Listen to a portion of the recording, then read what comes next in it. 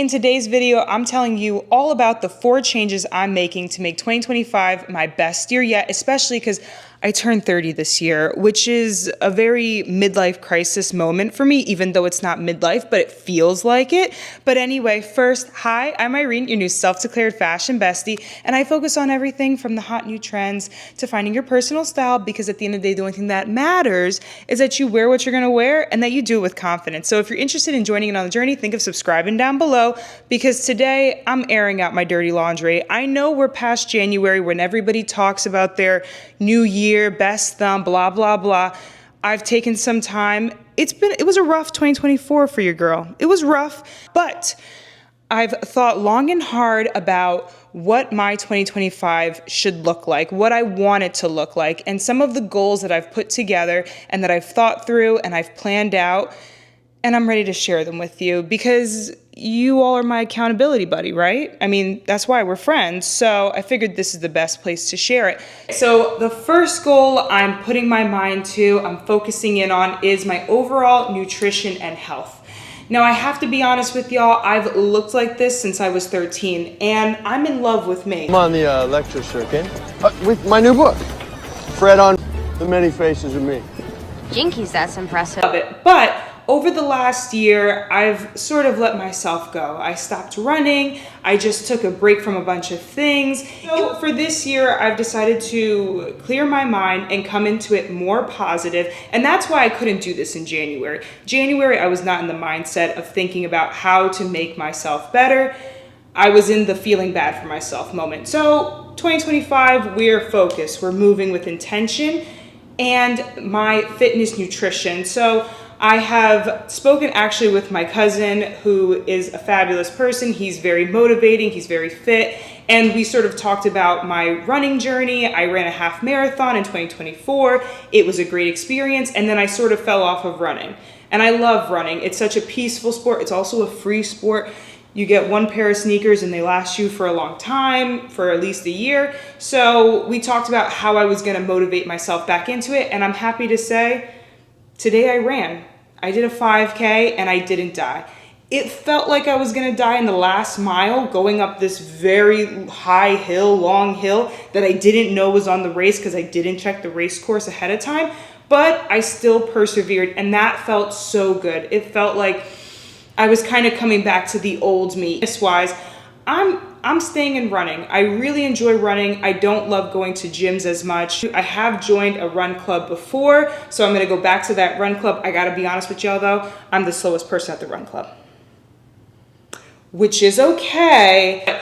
It's a nice accountability. I know when it starts, I know I have to go. So that's also something I'm gonna do. And then hopefully I'll be running another half marathon this year, probably in the fall. Yeah, maybe early fall. I gotta take a look. My nutrition goes is really trying to cook at home. I am trying to save some funds, which is one of my goals for a little bit later, but I really need to start, utilizing what's in my kitchen. Focusing in on doing that and making sure I'm adding, whole grains and nutritious fats, thinking about, veggies and placement. So that's been a big thing. That's been a big deal for me. And I've already started that out. I'm gonna be focusing in on prioritizing my self-care. Now you're probably thinking, Irene, isn't your self-care and your nutritional fitness the same thing? No, not in my book. I've separated them because I'm annoying and I want to. Essentially, I'm really thinking and focusing in on my, overall skin care. As you can tell, we have no makeup on today. Yes, we're feeling like a natural beauty. One, because I got a tan and none of my foundations fit in this color, but 2, because more often than not, I will be wearing no makeup like on my regular day. So I think that's important to also share. But it will be focused on, making sure I'm taking care of my nails. I usually get like a normal manicure. I always keep my nails in a very clear polish because I do not do gel. Gel is expensive here in New York City. It's expensive in New York City. I cannot keep that up. So I'm not going to put myself in a place that I cannot sustain. But doing a regular manicure pedicure, I will say the place I go to Monday through Wednesday, they have a discount.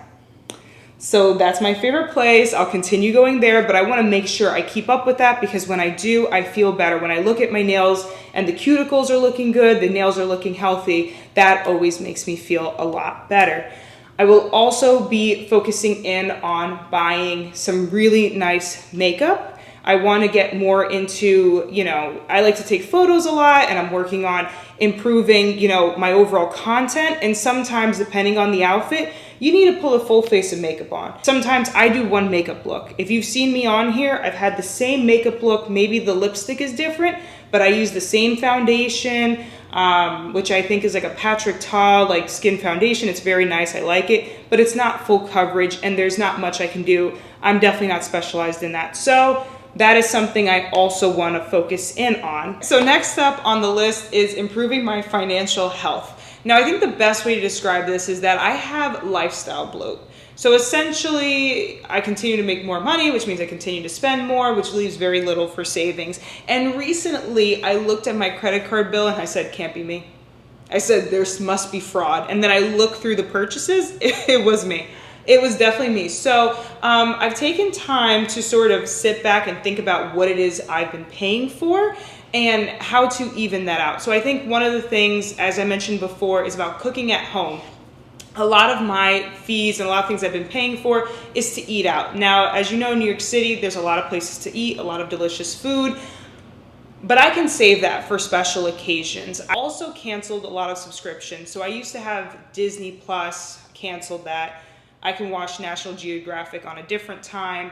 And then I've also stopped paying for Amazon Prime. Now, I cut that out a while ago because essentially it's not worth it. You end up buying more and more than what you need because it's going to come in a day. Now, if I need to order something from Amazon, it takes like 3 to 4 weeks to get to me, which isn't quick, isn't fast, but it reminds me to take time. I need ahead of time, and that way I'm not overbuying and I'm not underbuying because it's going to take a while to get there. So there's more of a healthy mindset around it. There's also in my, fashion. This is of course a fashion channel. I love to get dressed up. And something that I've seen recently, and the reason why a lot of my videos are runway to reality and how to wear these pieces from our closet and make them feel fresh and new is because for a while there, I'd go to Zara and I'd spend $300 on all these clothes and I try them on at home and nothing fits or one piece fits. So now I'm taking all of these clothes back to Zara and I'm sitting at home and I'm like, I have nothing to wear. People ask me to go out to do something and I'm like, I have nothing to wear. When in reality, I have a whole closet of clothing. So in a way, when I do runway to reality, it's me honestly trying to figure out what else I can wear and how else I can wear it. Should I wear it with this shirt? Should I wear it with these pants? I saw this on the runway. That inspires me because I have these other pieces. And hopefully, I hope it also gives you all that same idea. Like, oh wait, I have a pair of pants like that. Or yeah, I have a white button down shirt. I don't need to, buy 6 different ones. I can have 2 good ones. So that's a really important thing because I do have a luxury wish list. Your girl got dreams. Dreams bigger than what her wallet is. That's why it's a wish list. Emphasis on the wish. Okay, last up on my list is skill development. Because now I'm doing YouTube and I'm really enjoying it. It's such a great creative outlet for me.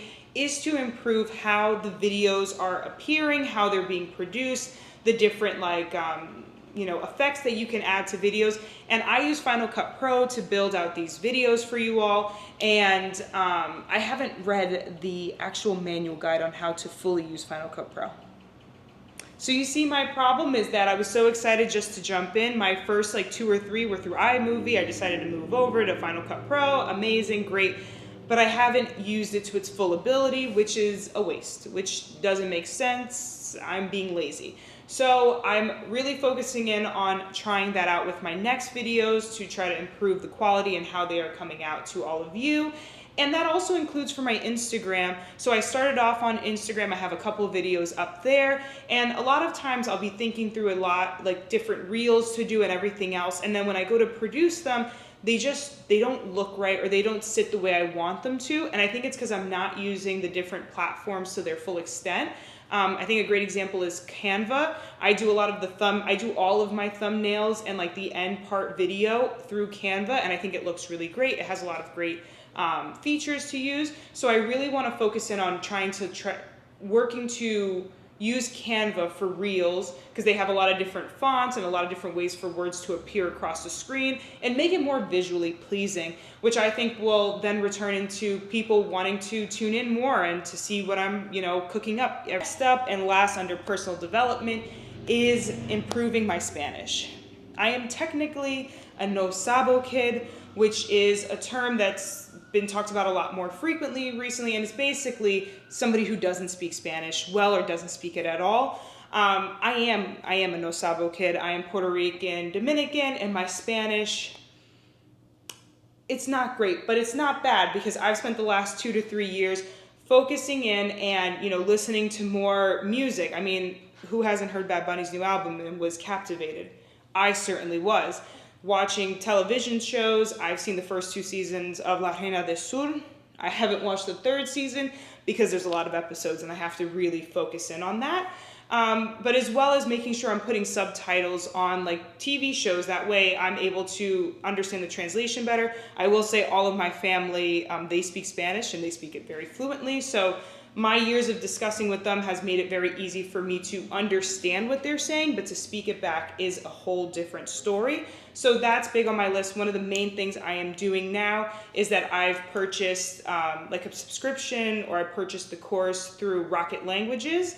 And they have, from beginner all the way up to like advanced intermediate, I believe. And that's really to help me figure out like the conjugations, to making sure that I'm putting the past where it belongs, the present where it belongs, and making sure that makes sense in where it's supposed to be. So that's huge on my list. And so that's it for my 4 goals that I'm working towards, that I'm pushing on, that I'm focusing in on to make my 2025 the best as I turn 30 this year in July. I'm very excited about that. I'm also nervous. So I'm thinking of as many things to do to get me as ready as possible to enter into the next phase. So let me know what spoke to you, what goals you have, what you're working towards, because this is an accountability thing, because we're friends and we should converse on it. So let me know down in the comments section. Thank you so much for tuning in. Until next time, bye.